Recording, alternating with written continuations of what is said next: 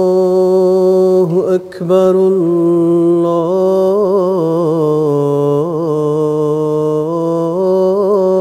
الله أكبر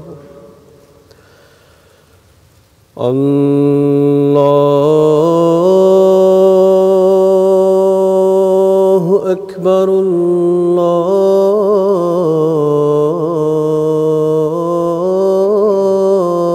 الله أكبر أشهد أن لا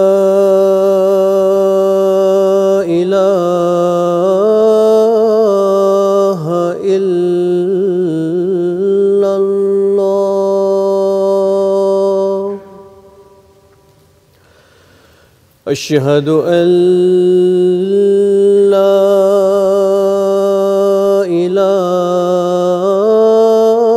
إله إلا الله أشهد أن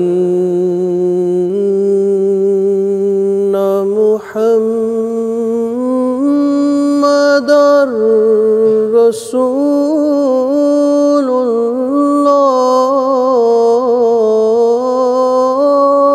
الله أشهد أن محمدًا رسول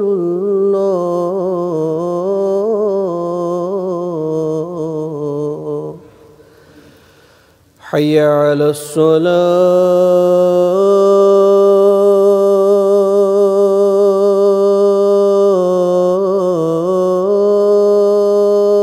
الصلاة حي على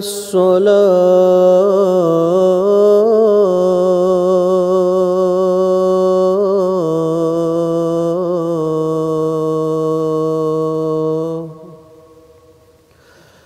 حي على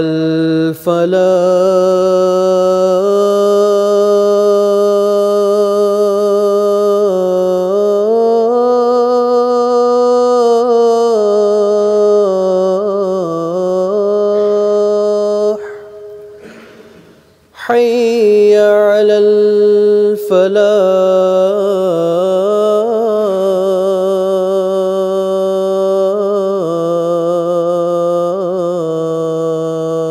الفلاح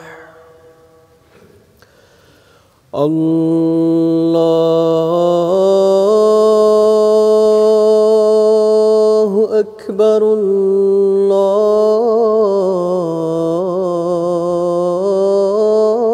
الله أكبر لا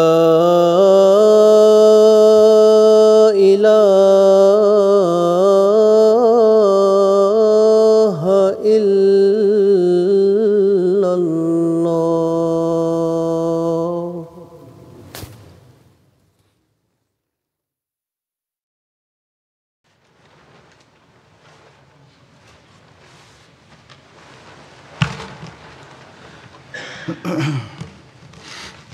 السلام عليكم ورحمة الله.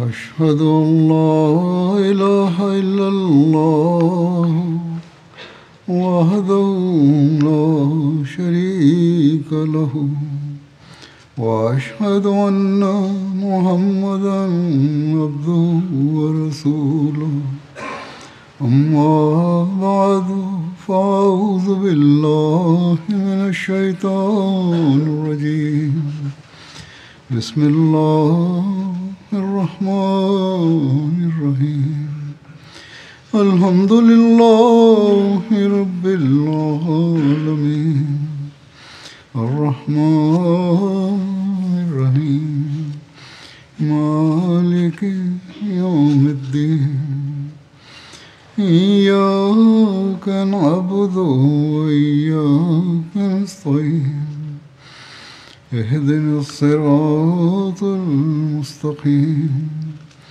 صراط الذين أنعمت عليهم غير المغضوب عليهم ولا الضالين.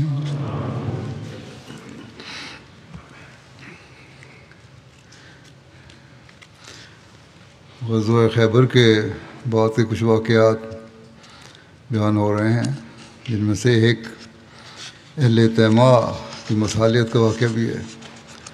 تیمہ مدینہ سے شام کے راستے میں ایک معروف شہر تھا، جو مدینہ سے تقریباً 400 کلومیٹر پر واقع تھا۔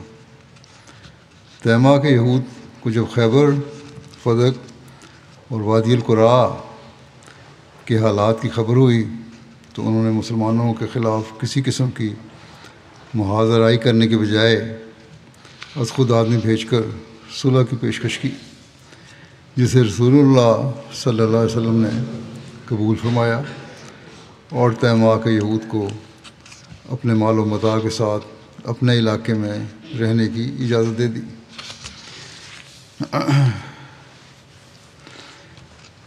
اسی موقع پر نماز فجر کی تاخیر سے ادائیگی کا بھی واقعہ بیان ہوتا ہے۔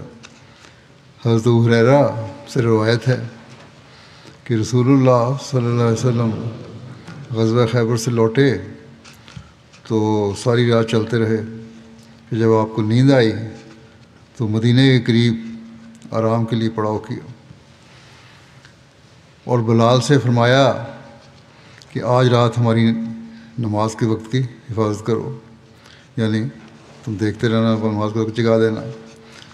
پھر حضرت بلال نے جتنی ان کے لیے مقدر تھی نماز پڑھی، وہ جاگنے کے لیے نفل پڑھتے تھے ساری رات، اور رسول اللہ صلی اللہ علیہ وسلم اور آپ کے صحابہ سو گئے۔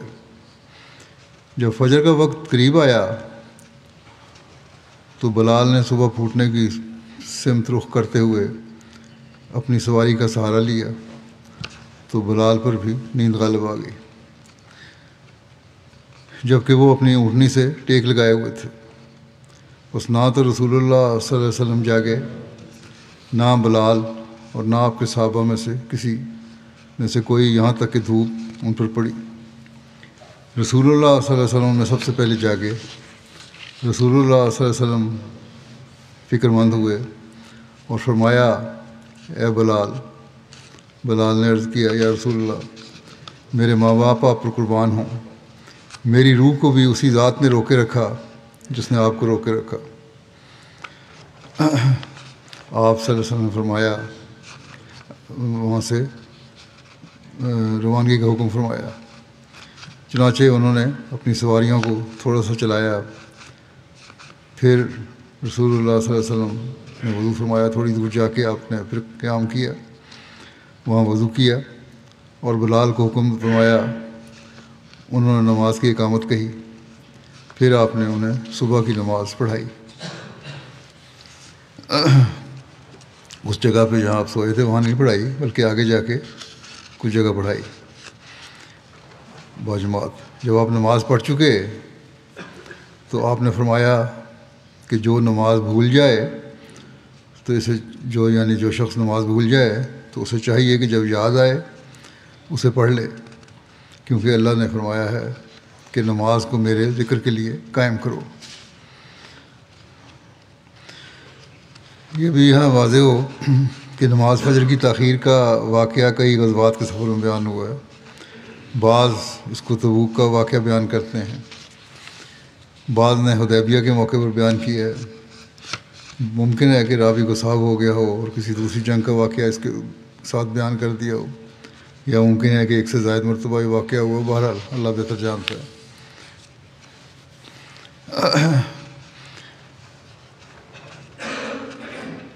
مدینہ سے واپسی کے دوران صحابہ بلند آواز سے تکبیر کہہ رہے تھے۔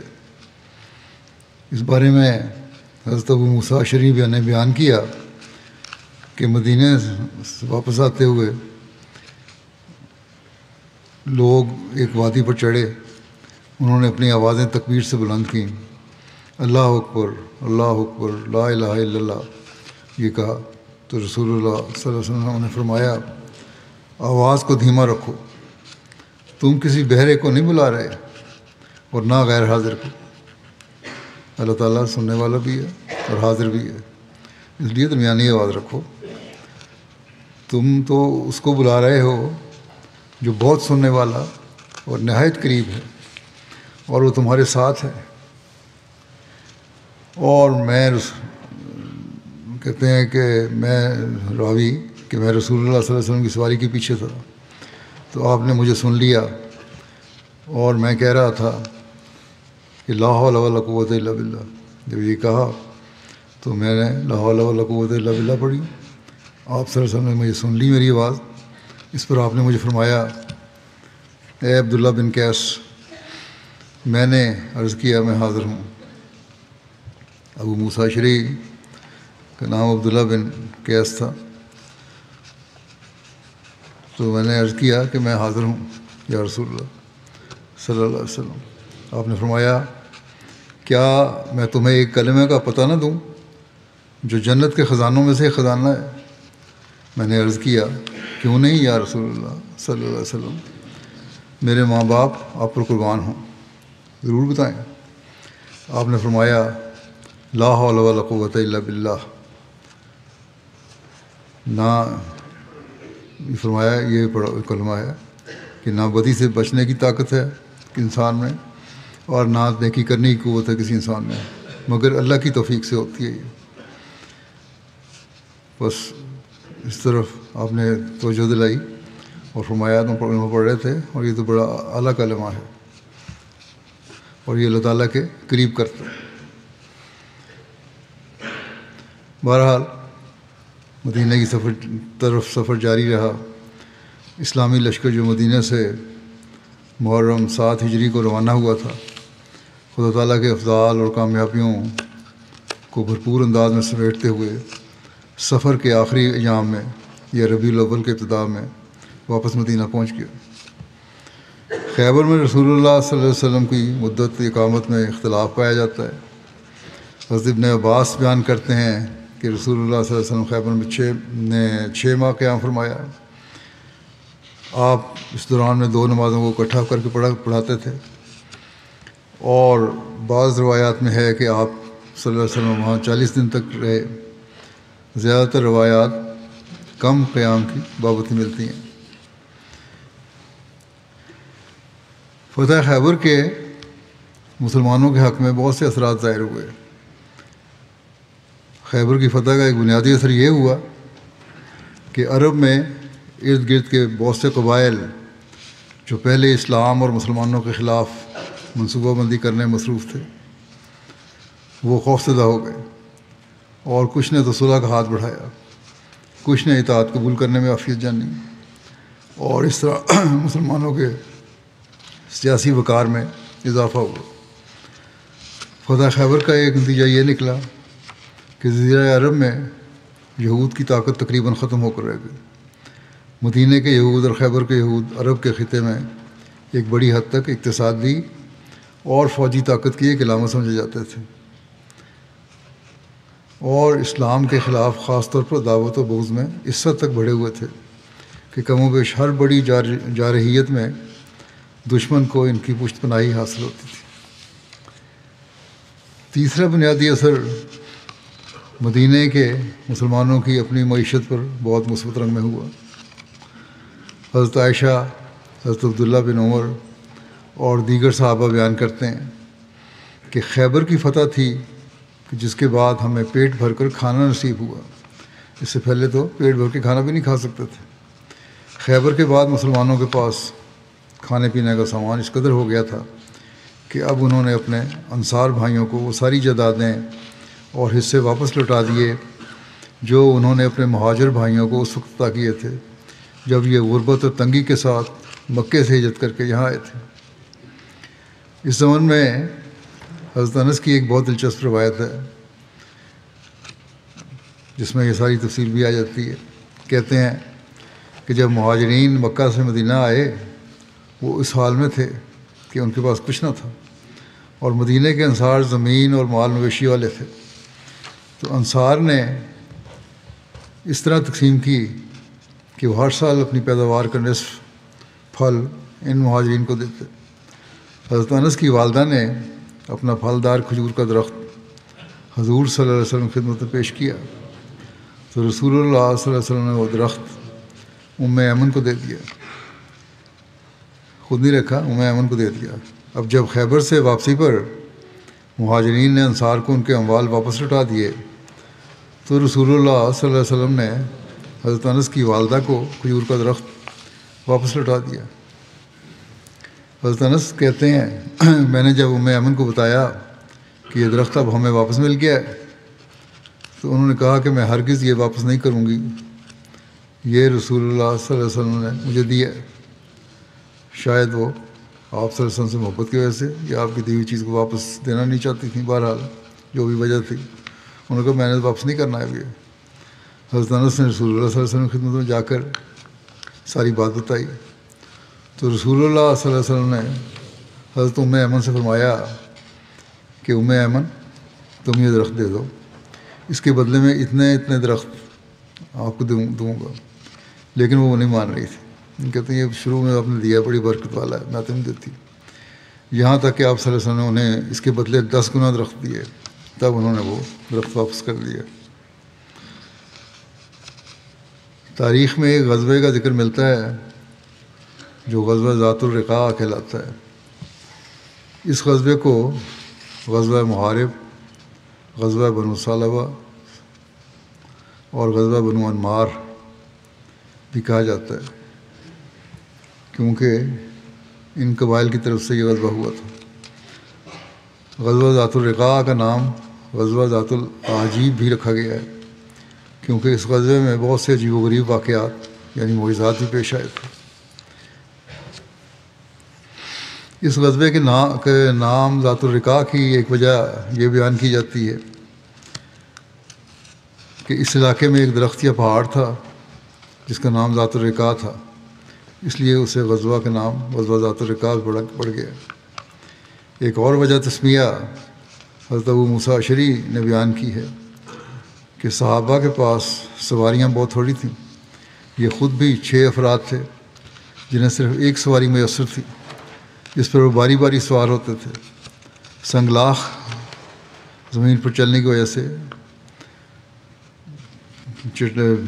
پتھریلی زمین تھی، اس پہ چلنے کی وجہ سے صحابہ کے پاؤں زخمی ہو گئے تھے، اور وہ پھٹے پرانے کپڑوں کو پاؤں پر لپیٹ کر چلتے تھے۔ خود حضرت ابو موسیٰ اشعری کے بھی نہ صرف یہ کہ پاؤں زخمی تھے بلکہ ناخن تک زخمی ہو گئے تھے، ناخن اکھڑ گئے تھے۔ کپڑے کی پٹیوں کو چونکہ رقاع کہا جاتا ہے، اس لیے اس غزوے کا نام غزوہ ذات الرقاع یعنی پٹیوں والا غزوہ مشہور ہو گیا۔ بہرحال یہ مختلف نام ہیں اس کے۔ ایک اور جگہ یہ لکھا ہے کہ جس سرزمین پر یہ غزوہ ہوا اس زمین کے کئی رنگ تھے۔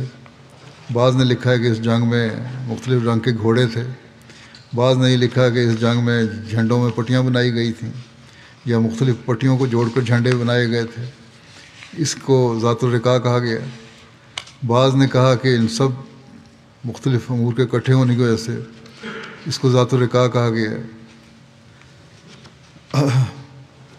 اس غزوے کا ایک نام غزوہ صلاۃ الخوف بھی ہے، کیونکہ اس غزوے میں نماز خوف ادا کی گئی تھی۔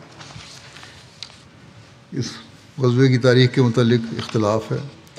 کتب تاریخ و سیر کے مطابق غزوہ ذات الرقاع 4 یا 5 ہجری میں ہوا تھا، چنانچہ ابن ہشام نے ابن اسحاق سے روایت کرتے ہوئے غزوہ ذات الرقاع کو 4 ہجری میں غزوہ بنو نذیر کے 3 ماہ بعد قرار دیا ہے۔ ابن سعد کے نزدیک یہ 5 ہجری کو ہوا، جبکہ امام بخاری نے ایک قوی شہادت کے ذریعے اس غزوے کو فتح خیبر کے بعد 7 ہجری کا غزوہ بیان کیا ہے۔ وہ شہادت یہ ہے کہ حضرت ابو موسیٰ اشعری اس غزوے میں شامل تھے۔ چونکہ یہ حضرت ابو موسیٰ اشعری غزوہ خیبر کے بعد مسلمان ہوئے تھے، اس لیے 7 ہجری کی تاریخ وہاں خیبر میں شامل ہوئے تھے آ کے آپ حضرت ابو موسیٰ اشعری، اس لیے 7 ہجری کی تاریخ اس غزوے کی زیادہ قرین قیاس ہے۔ سید مرزا بشیر احمد صاحب نے سیرت خاتم النبیین کے آخر میں اپنی کتاب کے بقیہ حصے کے لیے جو عناوین درج کیے ہیں، ان میں غزوہ ذات الرقاع کو غزوہ خیبر کے بعد 7 ہجری کا غزوہ قرار دیا ہے۔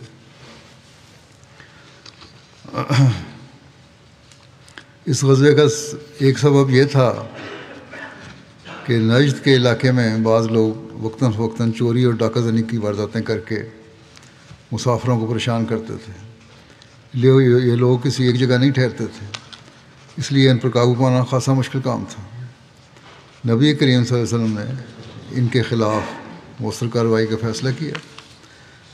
اس غزوے کا دوسرا سبب یہ بیان کیا جاتا ہے کہ ایک آدمی تجارت کا سامان لے کر مدینے آیا، مدینے کے لوگوں نے اس سے سامان خریدا تو وہ ان مسلمانوں سے کہنے لگا کہ بنو انمار اور بنو ثعلبہ تمہارے لیے ایک لشکر جمع کر چکے ہیں، لیکن تم ان سے غافل ہو۔ رسول اللہ صلی اللہ علیہ وسلم کو یہ خبر پہنچی تو مدینے پر نگران مقرر کیا اور سفر کی تیاری کی۔ ابن اسحاق کہتے ہیں کہ حضرت ابو ذر غفاری کو نائب مقرر کیا۔ ابن سعد اور ابن ہشام کہتے ہیں کہ حضرت عثمان بن عفان کو نگران مقرر کیا۔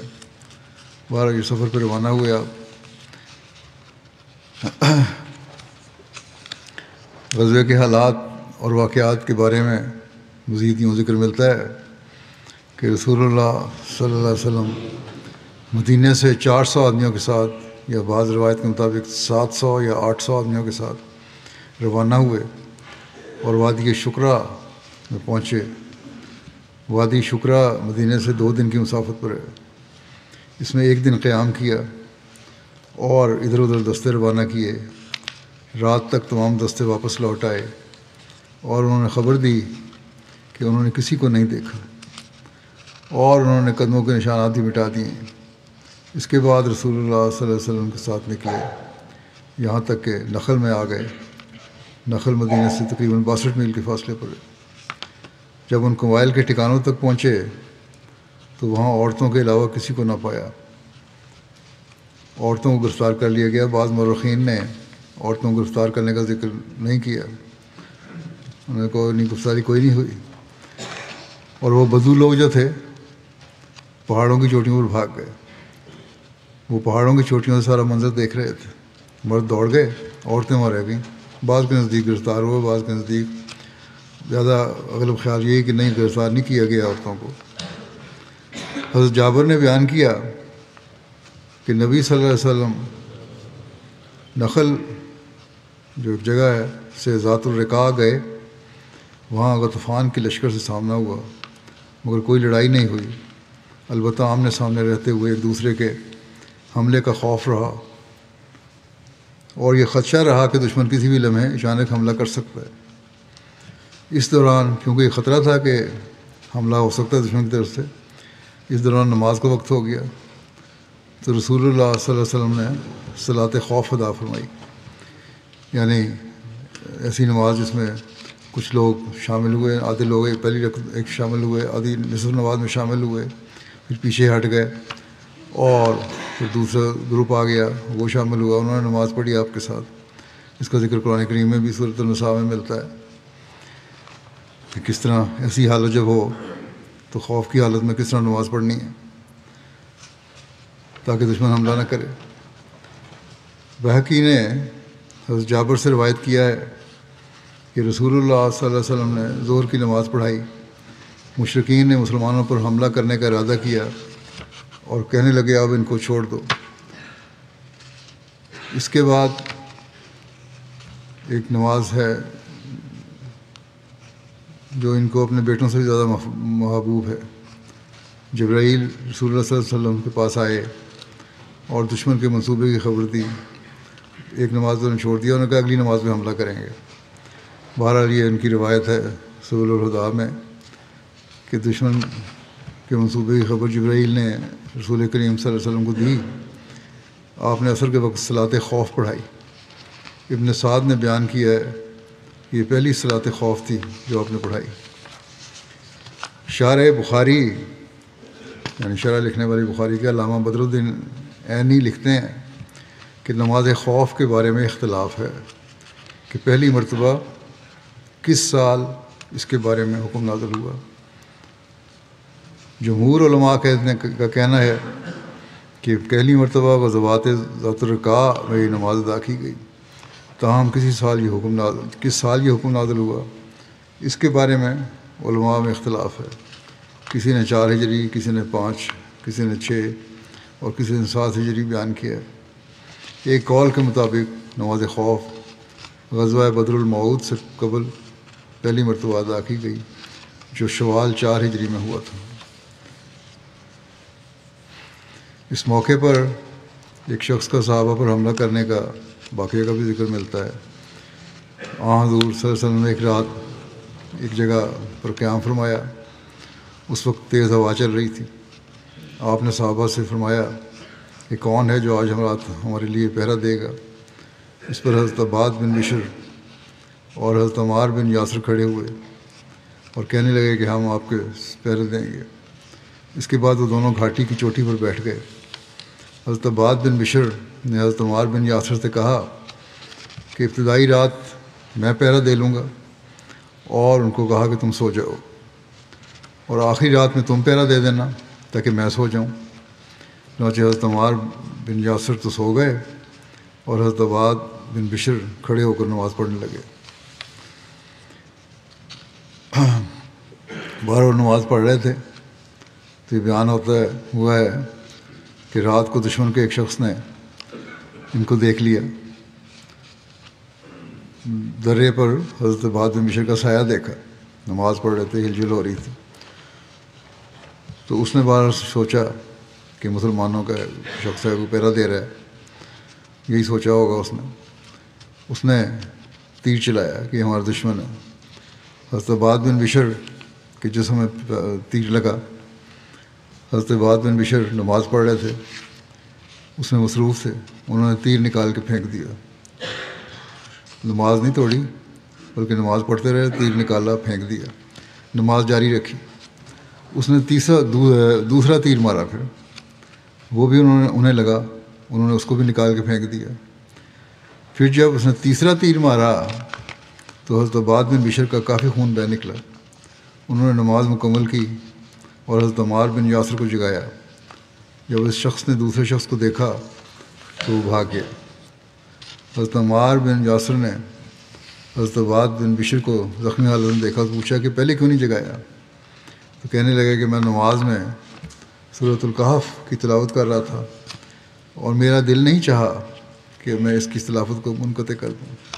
یہ عجیب ایک تعلق اللہ تعالیٰ کے ساتھ تھا، اور اخلاص تھا، وفا تھا، عبادت کا شوق تھا ان لوگوں میں، کوئی پرواہ نہیں کی زخم کی۔ بعض روایات میں یہ بھی ذکر ہے کہ تیر حضرت عمار بن یاسر کو لگا۔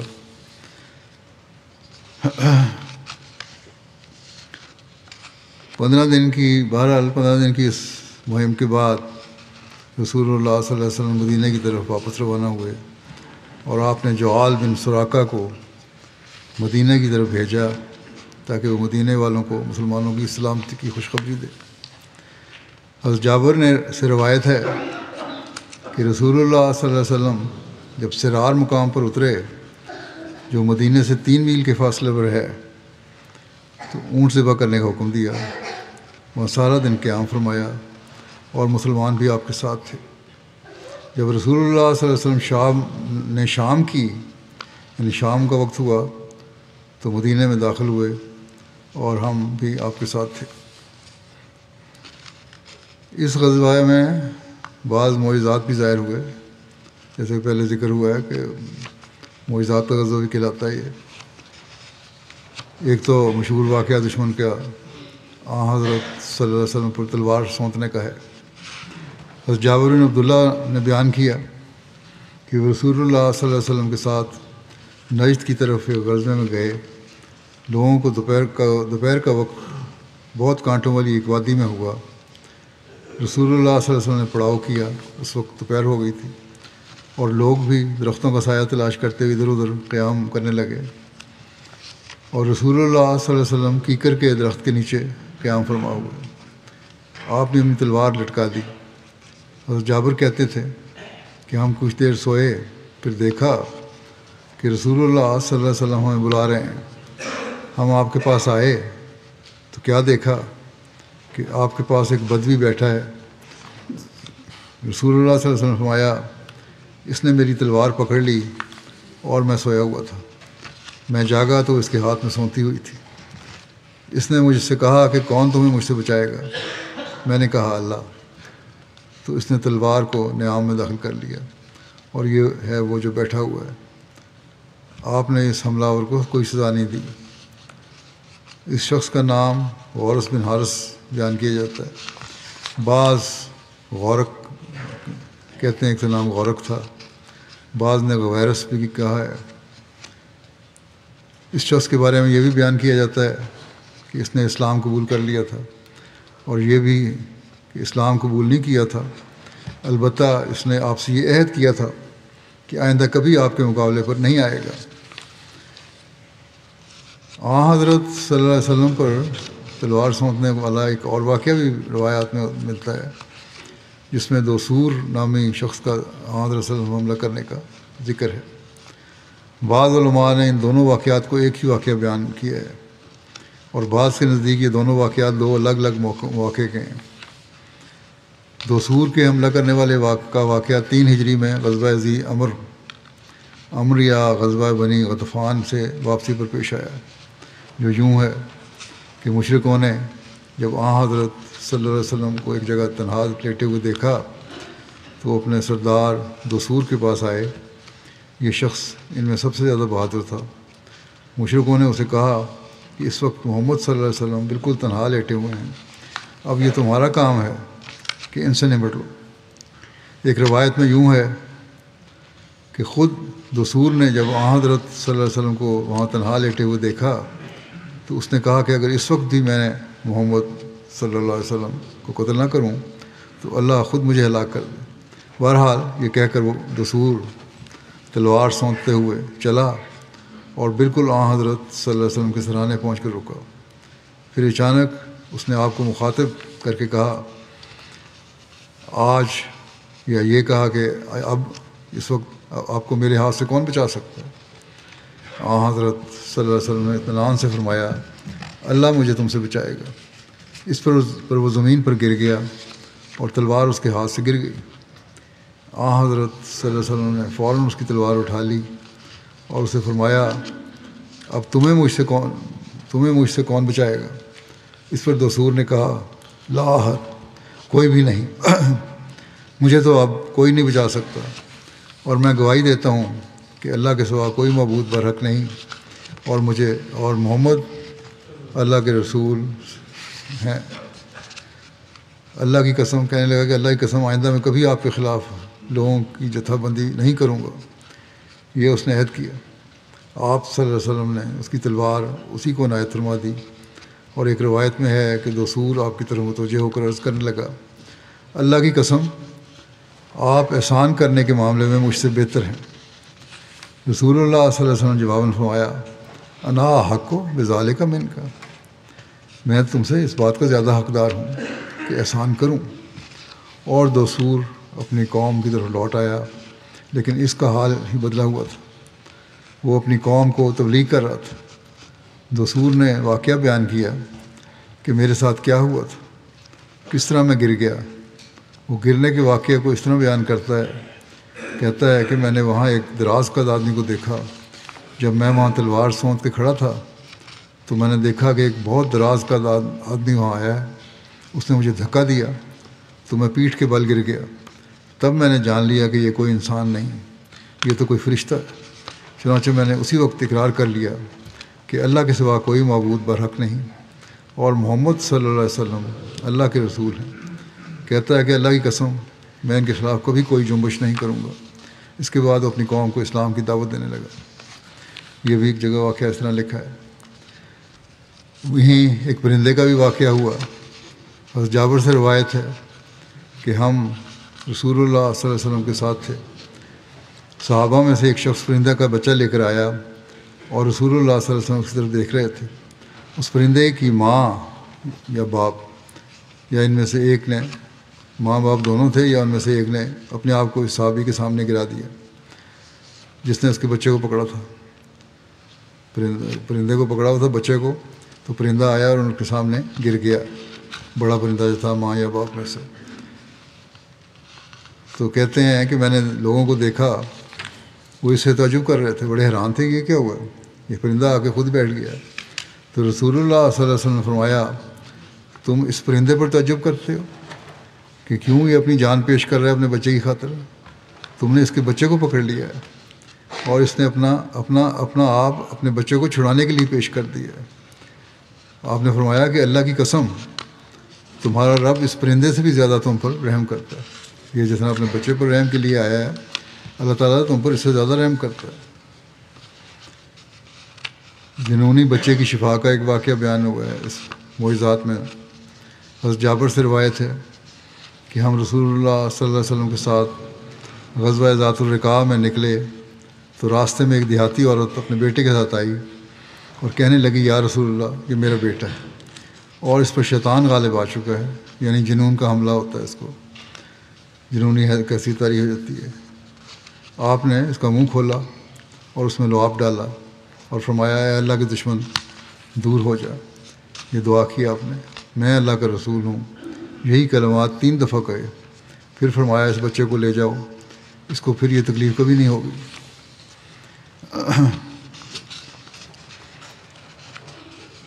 3 انڈوں میں برکت کا واقعہ کا ایک ذکر ہے۔ شتر مرغ کے انڈے تھے۔ حضرت جابر سے روایت ہے کہ غزوہ ذات الرقاع میں علبہ بن زید حارثی 3 انڈے لائے جو کہ شتر مرغ کے انڈے دینے کی جگہ میں پڑے تھے۔ آپ نے فرمایا اے جابر ان کو لے لو اور ان انڈوں کو پکاؤ۔ میں نے ان کو پکایا اور ان کو ایک پیالے میں لے کر آیا، پھر میں نے روٹی تلاش کی لیکن نہ ملی۔ رسول اللہ صلی اللہ علیہ وسلم اور صحابہ روٹی کے بغیر ان کو کھانے لگے یہاں تک کہ وہ سیر ہو گئے، پیٹ بھر گیا، اور پیالے میں انڈے ویسے ہی تھے جیسے شروع میں تھے۔ پھر بہت سے صحابہ کرام نے اس میں سے کھایا اور پھر ہم آگے روانہ ہو گئے۔ اس موقع پر ایک اونٹ کے قصے کا بھی ذکر ملتا ہے جس نے اپنے مالک کی شکایت کی تھی۔ حضرت جابر سے روایت ہے کہ ہم غزوہ ذات الرقاع سے واپس لوٹے، یہاں تک کہ ہم حرہ میں پہنچے تو ایک اونٹ تیزی سے آیا اور اس نے بلبلانا شروع کر دیا۔ تو رسول اللہ صلی اللہ علیہ وسلم نے فرمایا کیا تم جانتے ہو کہ اس اونٹ نے کیا کہا ہے؟ یہ اونٹ اپنے آقا کے خلاف مجھے شکایت کر رہا تھا، اس کا آقا کئی سالوں سے اس سے اپنا کام لے رہا ہے اور اب وہ اس کو ذبح کرنے کا ارادہ رکھتا ہے۔ اے جابر اس کے مالک کے پاس جاؤ اور اس کو میرے پاس لاؤ۔ میں نے عرض کیا، اور جابر کہتے ہیں میں نے عرض کیا کہ میں تو اس کو نہیں بھی جانتا مالک کون ہے۔ آپ نے فرمایا کہ اونٹ اس مالک پر تیری رہنمائی کرے گا، اس اونٹ کو چھوڑ دو، یہ وہیں پہنچ جائے گا مالک کے پاس۔ بس وہ اونٹ اس کو لے کر چلا گیا یہاں تک کہ اس کے مالک تک پہنچا دیا۔ کہتے ہیں میں اس کو آپ کے پاس لے آیا تو آپ صلی اللہ علیہ وسلم نے اس سے اونٹ کے بارے میں گفتگو فرمائی۔ رسول اللہ صلی اللہ علیہ وسلم نے فرمایا تم یہ اونٹ میرے ہاتھ بیچ دو۔ اس نے وہ اونٹ آپ کے ہاتھ فروخت کر دیا۔ آپ نے اسے جنگل میں چرنے کے لیے چھوڑ دیا۔ اس موقع پر حضرت جابر کے اونٹ گم ہونے کا واقعہ بھی ملتا ہے۔ حضرت جابر سے روایت ہے کہ اندھیری رات میں میرا اونٹ گم ہو گیا۔ میں رسول اللہ صلی اللہ علیہ وسلم کے پاس سے گزرا تو آپ نے پوچھا کیا ہوا؟ تو میں نے عرض کیا یا رسول اللہ میرا اونٹ گم ہو گیا۔ آپ نے فرمایا تیرا اونٹ فلاں جگہ ہے، جا اور اس کو پکڑ لے۔ میں اس طرف گیا لیکن مجھے اونٹ نہ ملا۔ میں واپس آیا تو میں نے دوبارہ اسی طرح کہا، میں دوبارہ گیا، آپ نے دوبارہ مجھے اسی طرح فرمایا۔ کہتے ہیں میں دوبارہ گیا لیکن مجھے اونٹ نہ ملا تو میں واپس آ گیا۔ اس پر آپ نے شفقت فرماتے ہوئے کہا چلو میرے ساتھ چلو۔ آپ میرے ساتھ چلے یہاں تک کہ ہم اونٹ کے پاس گئے اور آپ نے اونٹ مجھے پکڑا دیا۔ ان کے سست اونٹ کا بھی ایک واقعہ ملتا ہے۔ اسی غزوے کی بابت حضرت جابر بن عبداللہ بن نے بیان کیا کہ نبی صلی اللہ علیہ وسلم کے ساتھ میں تھا، میرا اونٹ سست ہو گیا اور تھک گیا۔ نبی صلی اللہ علیہ وسلم میرے پاس تشریف لائے اور فرمایا جابر؟ میں نے عرض کیا جی ہاں۔ فرمایا کیا ہوا؟ میں نے عرض کیا میرا اونٹ سست ہو گیا اور وہ تھک گیا ہے اور میں پیچھے رہ گیا ہوں۔ آپ اپنی سواری سے اترے، پھر فرمایا کیا تمہارے پاس پانی ہے؟ میں نے جواب دیا جی ہاں۔ پھر میں پانی کا ایک پیالہ لایا، آپ نے اس میں پھونک ماری اور اس اونٹنی کے سر اور کمر پر چھڑک دیا اور اس کی پیٹھ پر بھی چھڑک دیا۔ پھر فرمایا مجھے عصا دو، سوٹی دو ایک۔ میں نے اپنا عصا دیا، یا اس طرح کہا کہ میں نے درخت سے چھڑی کاٹ کے دی آپ کو۔ بہرحال آپ نے کچھ ضربیں لگائیں اس سے، اس اونٹ کو، اور اپنی چھڑی سے اسے کھینچنے لگے۔ پھر فرمایا سوار ہو جاؤ۔ میں سوار ہو گیا، اس اونٹ پہ چڑھ گیا۔ میں نے اونٹ کو دیکھا کہ وہ اتنا تیز ہو گیا کہ اب میں اسے رسول اللہ صلی اللہ علیہ وسلم سے آگے نکلنے سے روکنے لگا۔ وہ بیان کرتے ہیں کہ میں حضور صلی اللہ علیہ وسلم کے ساتھ ساتھ چلنے لگا تو حضور مجھ سے باتیں کرنے لگے اور پوچھا کہ کیا تم نے شادی کر لی ہے؟ تو میں نے عرض کیا جی ہاں۔ تو فرمایا کنواری سے یا بیوہ سے؟ میں نے عرض کیا بیوہ سے۔ فرمایا نوجوان کنواری سے کیوں شادی نہیں کی؟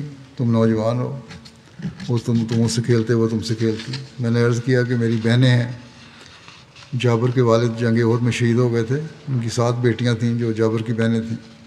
کہتے ہیں میں نے کہا بہنیں میری، اور میں نے سوچا کہ میں کسی ایسی عورت سے شادی کروں جو ان کی دلجوئی کرے اور ان کی کنگھی چوٹی کرے، ان کی پرورش کرے۔ پھر آپ صلی اللہ علیہ وسلم نے فرمایا اب تم گھر پہنچنے والے ہو، جب پہنچو تو عقل مندی سے، احتیاط سے کام لینا، یہ نصیحت فرمائی۔ پھر آپ صلی اللہ علیہ وسلم نے فرمایا کیا تم اپنا یہ اونٹ بیچتے ہو؟ میں نے کہا جی ہاں۔ تو آپ صلی اللہ علیہ وسلم نے مجھ سے 1 اوقیہ چاندی پر خرید لیا۔ پھر رسول اللہ صلی اللہ علیہ وسلم مجھ سے پہلے مدینہ پہنچے اور میں اگلی صبح پہنچا۔ ہم مسجد میں آئے تو میں نے آپ کو مسجد کے دروازے پر پایا۔ آپ نے فرمایا آپ پہنچے؟ میں نے عرض کیا جی ہاں۔ فرمایا اپنا اونٹ چھوڑ دو اور مسجد میں جا کر 2 رکعت نماز پڑھو۔ چنانچہ میں اندر گیا اور نماز پڑھی۔ پھر آپ نے حضرت بلال سے فرمایا اسے 1 اوقیہ چاندی تول کر دے دو، وہی اونٹ کی قیمت جو رستے میں طے ہوئی تھی۔ حضرت بلال نے تول کر مجھے دے دی اور کچھ زیادہ بھی دی۔ پھر میں واپس چلا تو آپ نے فرمایا جابر کو میرے پاس بلاؤ۔ جابر کہتے ہیں کہ میں نے دل میں کہا کہ اب نبی کریم صلی اللہ علیہ وسلم میرا اونٹ واپس کر دیں گے، اور مجھے اس واپسی سے بڑھ کر اور کوئی بات ناپسند نہ تھی۔ آپ نے فرمایا اپنا اونٹ بھی لے لو اور اس کی قیمت بھی اپنے پاس رکھو۔ یعنی حضرت جابر کی توقع کے برعکس ہمیں خیال تھا کہ اونٹ واپس ہو کے شاید قیمت نہ واپس کرنی پڑے، لیکن آپ نے فرمایا قیمت بھی رکھو اور اونٹ بھی رکھو۔ آپ نے اونٹ کی قیمت واپس نہیں لی۔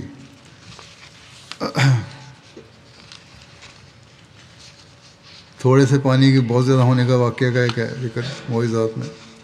حضرت جابر بیان کرتے ہیں کہ اسی غزوے کے دوران ایک مرتبہ رسول اللہ صلی اللہ علیہ وسلم نے فرمایا اے جابر وضو کے لیے اعلان کر دو۔ میں نے کہا سنو وضو کرو، وضو۔ تو میں نے لوگوں کو یہ اعلان تو کر دیا۔ کہتے ہیں میں نے رسول اللہ کو عرض کیا کہ قافلے میں پانی کا قطرہ بھی نہیں پایا اس وقت تو پاس ہمارے۔ آپ نے فرمایا کہ فلاں بن فلاں انصاری کی طرف جاؤ اور دیکھو کیا اس کی مشق میں کچھ ہے۔ کہتے ہیں کہ میں اس طرف گیا اور اس میں دیکھا تو اس کے مشکلوں میں سے ایک کے منہ سے ایک قطرہ تھا، یعنی بہت تھوڑا پانی تھا۔ اگر میں اسے اڈیلتا تو اس کی خشک جگہ اسے پی جاتی، اتنا تھا کہ وہ نکلنا ہی مشکل تھا اس میں سے۔ پھر میں رسول اللہ صلی اللہ علیہ وسلم کے پاس آیا اور عرض کیا یا رسول اللہ اس مشق کے منہ میں نے صرف 1 قطرہ پانی پایا ہے، بہت تھوڑا تھا، اگر میں اسے انڈیلوں تو اس کا خشک حصہ اسے پی جائے گا۔ آپ نے فرمایا اسے میرے پاس لاؤ۔ میں اسے آپ کے پاس لایا۔ آپ نے اسے اپنے ہاتھ میں پکڑا اور کچھ کہنے لگے، دعا کی، مجھے نہیں پتہ کیا فرمایا۔ آپ اسے اپنے ہاتھ سے دباتے جاتے تھے۔ پھر آپ نے مجھے وہ دیا اور فرمایا جابر ایک بڑا ٹب منگواؤ۔ تو میں نے اسے آپ کے پاس سامنے رکھ لیا، ٹب لا کے۔ رسول اللہ صلی اللہ علیہ وسلم نے ٹب میں اس طرح ہاتھ اٹھایا اور اس طرح پھیلایا اور اپنی انگلیوں کو کشادہ کیا یعنی کہ یوں ہاتھ پھیلا دیے ٹب میں، پھر اسے ٹب کی تہہ تک رکھ دیا اپنے ہاتھوں کو، پہلے سارے پھیلایا، پھر نیچے تلے تک لے گئے اپنا ہاتھ، اور فرمایا جابر لو اور میرے ہاتھ پر انڈے لو اور بسم اللہ پڑھو، جو بھی قطرے ہیں پانی کے وہ میرے ہاتھ پر انڈیلتے جاؤ۔ میں نے اسے آپ کے ہاتھ پر انڈیلا اور بسم اللہ پڑھ کر میں نے پانی کو دیکھا کہ آپ کی انگلیوں کے درمیان پانی چشمے کی طرح جوش مارنے لگا، یہاں تک کہ وہ بھر گیا۔ آپ نے فرمایا اے جابر، ہر اس شخص کو پکارو جسے پانی کی ضرورت ہے۔ وہ کہتے ہیں لوگ آئے، انہوں نے پانی پیا یہاں تک کہ وہ سیر ہو گئے۔ کہتے ہیں کہ میں نے کہا کہ کیا کوئی اور ضرورت مند باقی ہے؟ پھر رسول اللہ صلی اللہ علیہ وسلم نے لگن سے اپنا ہاتھ نکالا اور وہ بھرا ہوا تھا وہ ٹب۔ نبی اکرم صلی اللہ علیہ وسلم کے اسی طرح کے معجزات کی بابت حضرت اقدس مسیح موعود علیہ الصلوۃ والسلام فرماتے ہیں، اس درجہ لقاء میں بعض اوقات انسان سے ایسے امور صادر ہوتے ہیں کہ جو بشریت کی طاقتوں سے بڑے ہوئے معلوم ہوتے ہیں اور الہی طاقت کا رنگ اپنے اندر رکھتے ہیں، جیسے ہمارے سید و مولا سید الرسل حضرت خاتم الانبیاء صلی اللہ علیہ وسلم نے جنگ بدر میں ایک سنگریزوں کی مٹھی کفار پر چلائی، اور وہ مٹھی کسی دعا کے ذریعے سے نہیں بلکہ خود اپنی روحانی طاقت سے چلائی، مگر اس مٹھی نے خدائی طاقت دکھلائی اور مخالف کی فوج پر ایسا خارق عادت اس کا اثر پڑا کہ کوئی ان میں سے ایسا نہ رہا کہ جس کی آنکھ پر اس کا اثر نہ پہنچا ہو، اور وہ سب اندھوں کی طرح ہو گئے، اور ایسی طرح سیمگی اور پریشانی ان میں پیدا ہو گئی کہ مدہوشوں کی طرح بھاگنا شروع کر دیا۔ اسی معجزہ کی طرف اللہ جل شانہ اس آیت میں اشارہ فرماتا ہے کہ وما رمیت اذ رمیت ولکن اللہ رما، یعنی جب تو نے اس مٹھی کو پھینکا تو تو نے نہیں پھینکا بلکہ خدا تعالیٰ نے پھینکا، یعنی در پردہ الہی طاقت کام کر گئی، انسانی طاقت کا یہ کام نہ تھا۔ اور ایسا ہی دوسرا معجزہ حضرت صلی اللہ علیہ وسلم کا جو شق القمر ہے، اسی الہی طاقت سے ظہور میں آیا تھا کہ کوئی دعا اس کے ساتھ شامل نہ تھی، کیونکہ وہ صرف انگلی کے اشارے سے جو الہی طاقت سے بھری ہوئی تھی وقوع میں آ گیا۔ اور اسی قسم کے اور بھی بہت سے معجزات ہیں جو صرف ذاتی اقتدار کے طور پر حضرت صلی اللہ علیہ وسلم نے دکھلائے، جن کے ساتھ کوئی دعا نہ تھی۔ کئی دفعہ تھوڑے سے پانی کو جو صرف ایک پیالے میں تھا، اپنی انگلیوں کو اس پانی کے اندر داخل کرنے سے اس کا زیادہ کر دیا کہ تمام لشکر اور اونٹوں اور گھوڑوں نے وہ پانی پیا، اور پھر بھی وہ پانی ویسا ہی اپنی مقدار میں موجود تھا۔ اور کئی دفعہ 2-4 روٹیوں پر ہاتھ رکھنے سے ہزاروں بھوکوں پیاسوں کا ان سے شکم سیر کر دیا، پیٹ بھر دیا۔ اور بعض اوقات تھوڑے دودھ کو اپنے لبوں سے برکت دے کر ایک جماعت کا پیٹ اس سے بھر دیا، اور بعض اوقات شور آب کنویں میں یعنی نمکین کنویں کے پانی میں اپنے منہ کا لعاب ڈال کر اس کو نہایت شیریں کر دیا، اور بعض اوقات سخت مجروحوں پر اپنا ہاتھ رکھ کر ان کو اچھا کر دیا، اور بعض اوقات آنکھوں کو جن کے ڈیلے لڑائی کے کسی صدمے سے باہر جا پڑے تھے اپنے ہاتھ کی برکت سے پھر درست کر دیا۔ ایسا ہی اور بھی بہت سے کام اپنے ذاتی اقتدار سے کیے جن کے ساتھ ایک چھپی ہوئی طاقت الہی مخلوط تھی۔ اللہم صلی علی محمد و آل محمد وبارک وسلم انک حمید مجید۔